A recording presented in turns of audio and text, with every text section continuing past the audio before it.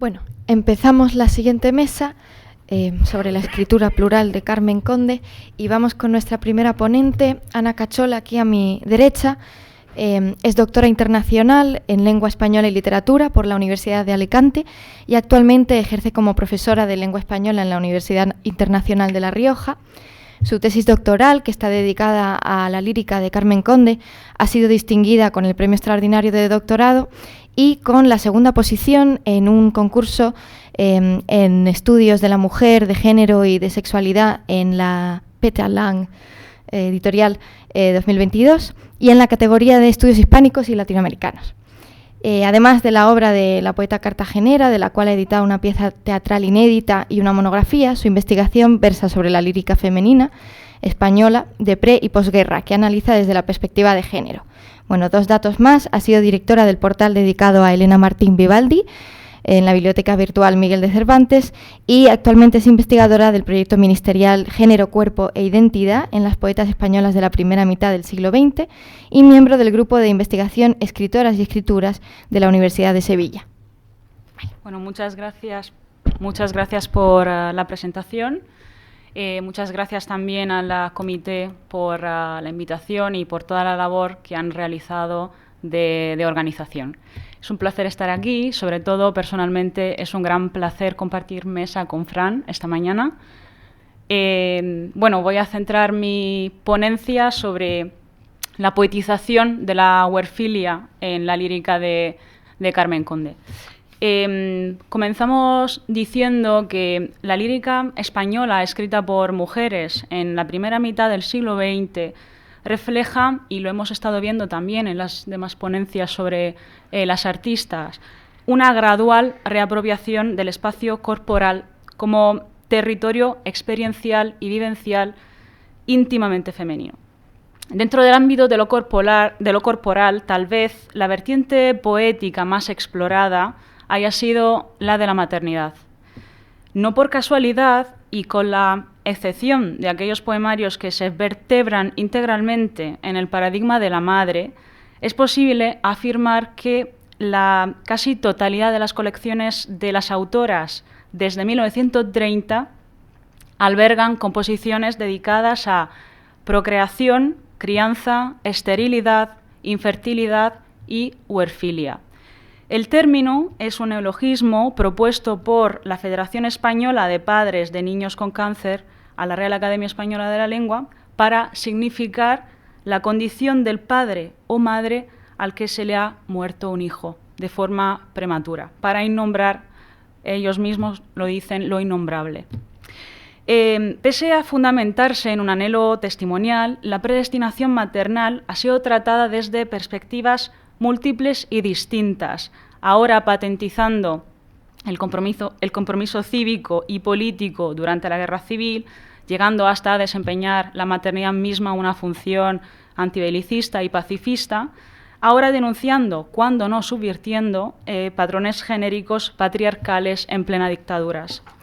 Sin embargo, hay una vertiente más íntima de la maternidad que se relaciona con los abortos espontáneos y las muertes fetales.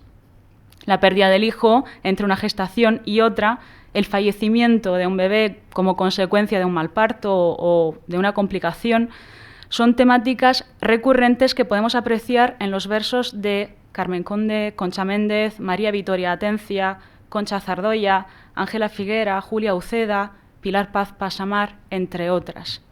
El de la maternidad ha sido un tema obsesivo en la obra de Carmen Conde, abarcado tanto desde el enfoque cívico antibelicista, como en Mientras los hombres mueren o Oída la vida, y el subversivo también en Mujer sin Edén. Y ambos planteamientos, debido a la trascendencia que alcanzaron en la lírica femenina de posguerra, como comentábamos ayer, han sido ampliamente estudiados por la crítica.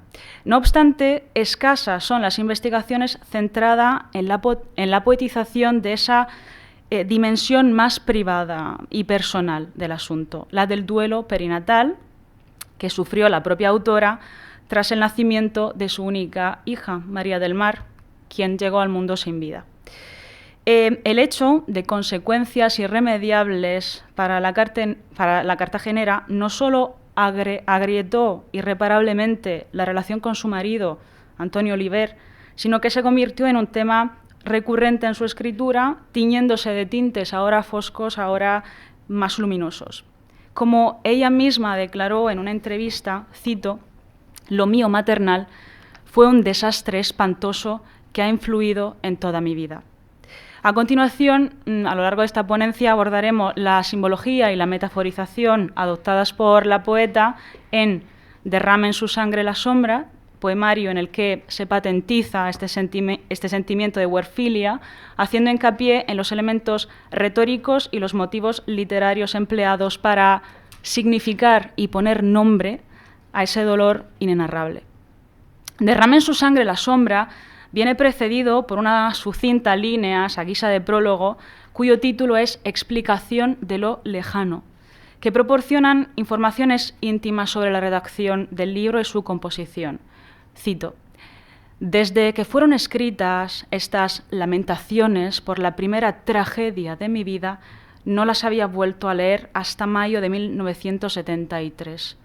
En otras ocasiones posteriores a 1933 también me dolí en otros versos que agrego a los primeros, porque en realidad aquella criatura que murió al nacer, que no fue mía más que cuando me habitaba, hizo que toda mi existencia se transformara radicalmente.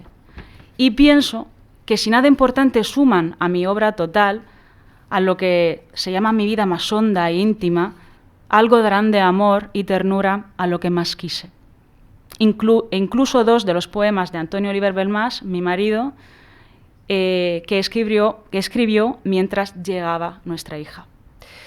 Bien, de lo anterior se colige que la redacción, que la colección, fue redactada a lo largo de aproximadamente 40 años, con el tajo del alumbramiento como elemento perturbador a los efectos de la conformación final de la obra.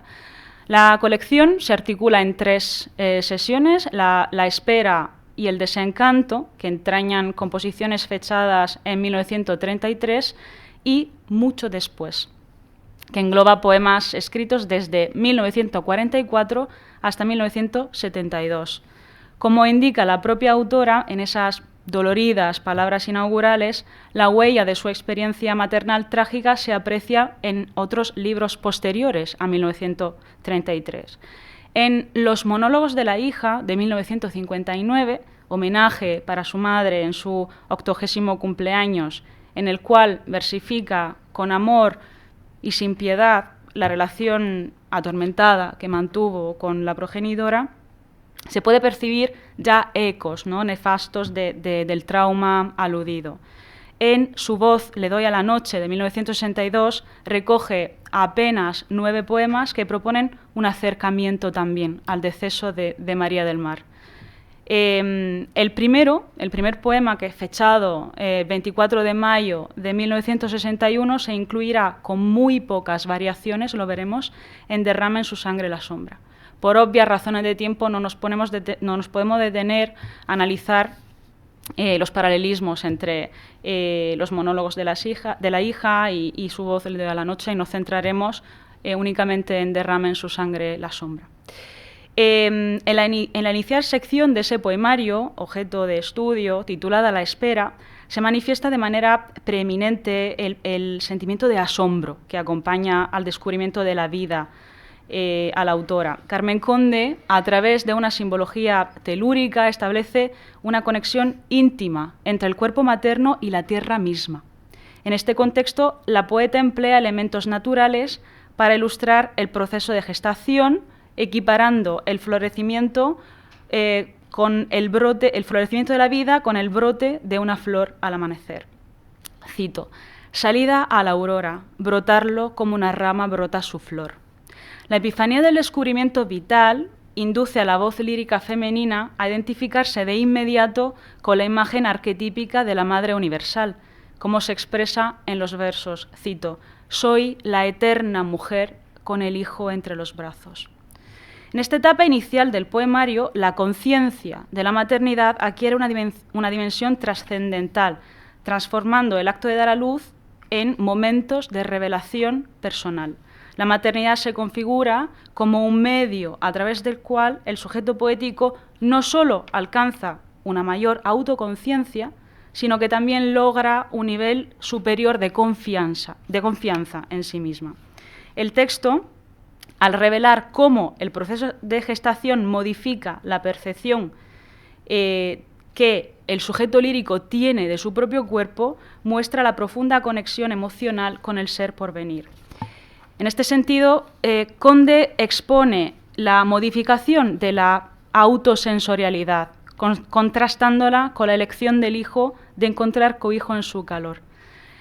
Cito unos versos. Me parecía mi cuerpo imperfecto. El que tú hayas elegido su calor para metérmete en el alma me ayuda a creer en mí. La culminación de esta sección se encuentra en el descubrimiento de la simbiosis alcanzada con el feto, cuya sincronización se patentiza en el latido de los corazones, simbolizando una conexión emocional, además de corporal, muy profunda. Cito, caminamos al unísono. Por vez primera, otro corazón se mueve con el mío, a la vez, latido por latido, juntos hacia encontrarnos, juntos hasta desprendernos. Conde poetiza la gestación como un viaje compartido que desemboca en la inevitable separación que implica el nacimiento.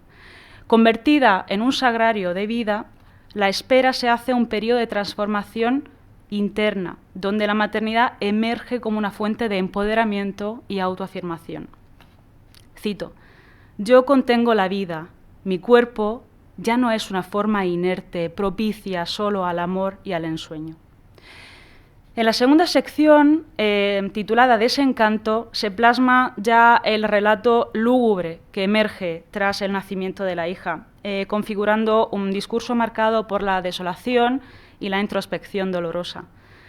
Conde aborda de manera visceral las secuelas emocionales de este acontecimiento, revelando las complejas capas de su experiencia posparto. Destaca poderoso el motivo de la muerte en vida. El de la madre que no pudo ni siquiera estrenarse es un estado anímico que se tiñe de tonos mortuorios, manifestando el anhelo de haber perecido junto al hijo. Cito, dentro de mí, muerta, mía viva a lo ancho de los meses y al nacer para los otros, muerta. Si yo hubiese sabido eso, ni un esfuerzo habría hecho para sacarte de mí. Contigo, hija que no conozco, me hubiera muerto. Este lamento profundo y desgarrador revela la amarga sorpresa de la autora ante la realidad que ha tomado forma tras el parto, donde la muerte se presenta como una alternativa que, en retrospectiva, parecería haber sido preferible al sufrimiento continuado. Otro aspecto a señalar en esta sección es la expresión de la inutilidad del embarazo y la consiguiente demonización de la propia carne que hemos visto antes, enaltecida por su vitalidad y poder creador. Conde articula esta experiencia con una mirada crítica hacia su propia biología.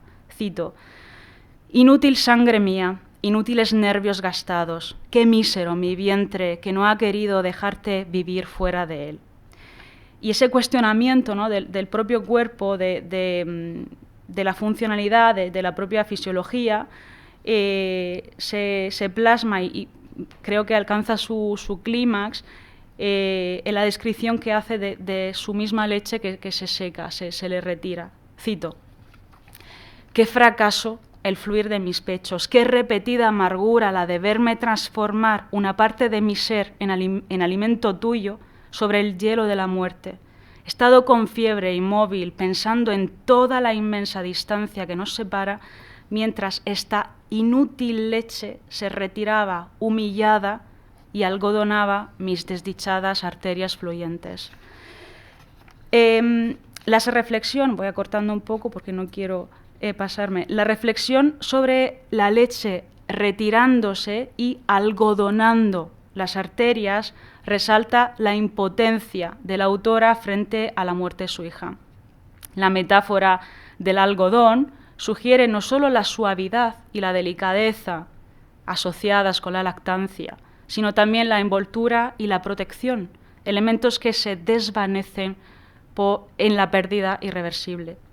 La utilización del término humillada añade una carga emocional adicional, insinuando la indignidad percibida por la autora en su incapacidad para cumplir con este acto fundamental de la maternidad. La misma maternidad que en la sección anterior se presentaba como fuente de felicidad, de gozo, de empoderamiento, ahora viene despojada de todo romanticismo. El amor maternal, antes exaltado, se torna en una experiencia aterradora que se manifiesta en la demonización del propio afecto. Cito: horrible amor el de mis entrañas, creándote y deshaciéndote cuando ibas a abandonarlas. Un amor que define horrible. Este giro en la percepción del amor materno revela la complejidad emocional de la autora, que experimenta una amalgama de sentimientos contradictorios hacia la maternidad. En la última sección, ya vamos hacia el final, el quiebre del sueño de familia, conceptualizado con la tríada simbólica compuesta por las palabras padre, madre e hija, se revela como una experiencia devastadora que desintegra cualquier atisbo de esperanza en la narrativa poética. La cita, extraída con escasas modificaciones, como adelantábamos en su voz Le doy a la noche, ilustra el lamento profundo y la desolación del sujeto lírico al enfrentarse con la desintegración de su núcleo familiar. 3 palabras, padre, madre, hija, que no me pertenecen, que me han abandonado, dejándome en el mundo con la muerte delante. La tríada semántica padre, madre, hija constituye un pilar fundamental en la construcción del individuo, sirviendo como fundamento simbólico de la estructura familiar tradicional. La pérdida de esta unidad triádica no solo implica la ausencia de figuras paternales, sino que también implica la desaparición de la conexión afectiva y la seguridad que se asocian comúnmente con la familia. La ruptura del núcleo ocasiona una alteración hasta, y es lo más relevante, de los roles, que afecta principalmente al padre. Padre quien pierde ante los ojos de la voz lírica su papel de hombre, para convertirse en otro hijo, cuyo cuidado recae en la madre. Cito: en lugar de su llanto, al brotármela, otro llanto rompió contra mí, el del hombre, su padre, que entonces como hijo quedó en mi existencia. Y sin hijo me encuentro otra vez. Siempre anduve doliéndome niños. Esa condición de madre dolorosa se experimenta 2 veces, en la maternidad de la hija y, por consiguiente, en la maternidad del padre, cuya muerte se arrastra, ¿no?, en un duelo infinito. Cito: porque vivo de duelo por siempre y no quiero escribir de esos niños que ya tanto canté. He perdido a la hija y al padre. Han volcado mi vientre 2 veces a esta tierra mordida con ira, con quemante pasión de retorno.